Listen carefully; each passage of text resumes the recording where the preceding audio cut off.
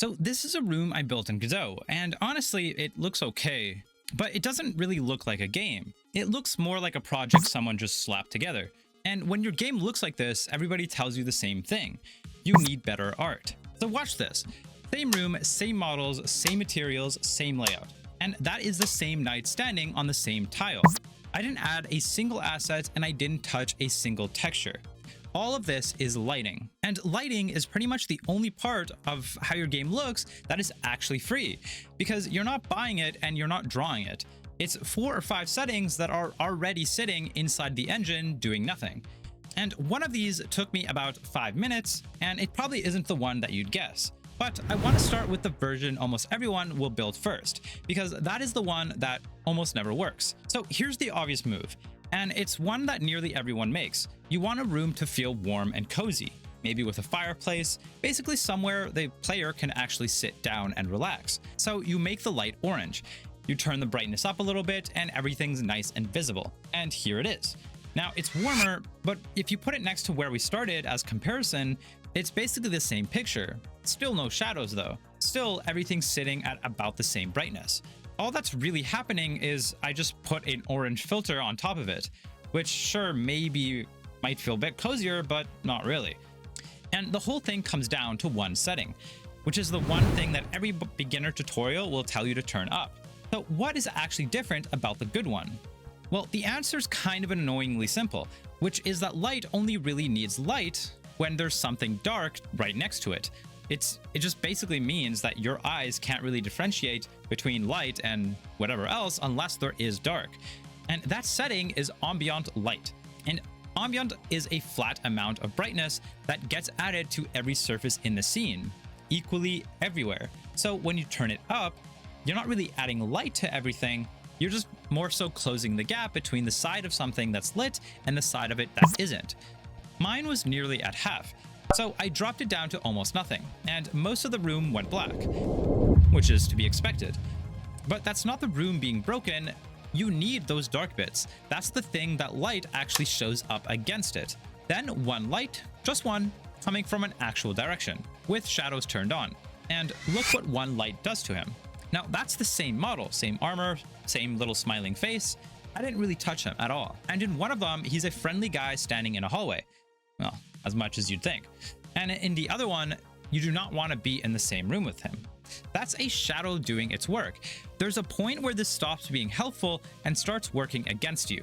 I'll show you exactly where that line is. After that, there's 2 more things, and they're both one setting each: contrast and depth. Godot's default tone mapper kind of flattens the whole image out for you.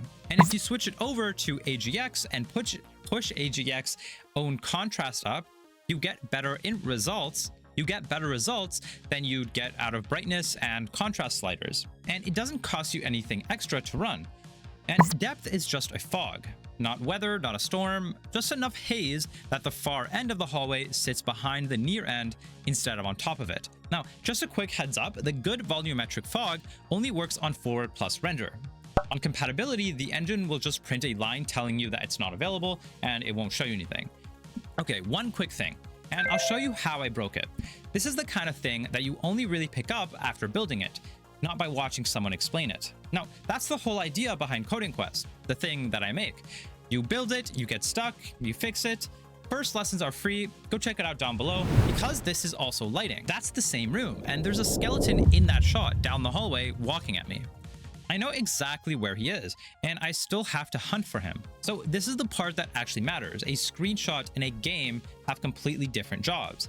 A screenshot just has to look good, whereas a game has to actually let you play it. And pretty much everything that makes the shot look good, the darkness, the haze, the contrast, is also a thing that makes information away from your player. So I went with the textbook fix.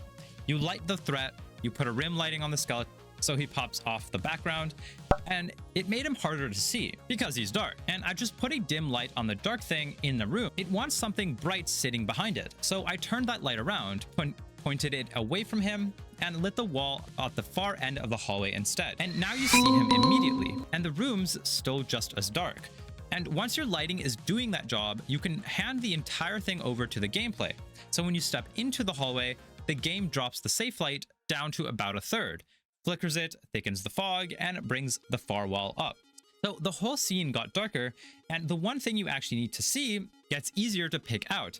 That's the same 6 settings. The game is just choosing them for you now. Okay, but what about the 5-minute one that I mentioned in the beginning? Well, that was the horror look. It's the one that looks the most deliberate, and it took the least time. Because once the ambient was down and there was one light throwing the shadow, it basically was already finished. The cozy one took the longest, and it was the one that looked the least impressive. So one room. Your game doesn't look cheap because your art is bad. It looks cheap because it's lit like a viewport. And that's one part of art direction that you can go and fix tonight completely for free. So go open your project tonight, find your ambient light, turn it down, and put one light somewhere with shadows to turn on. It takes about a minute and you'll see exactly what I mean.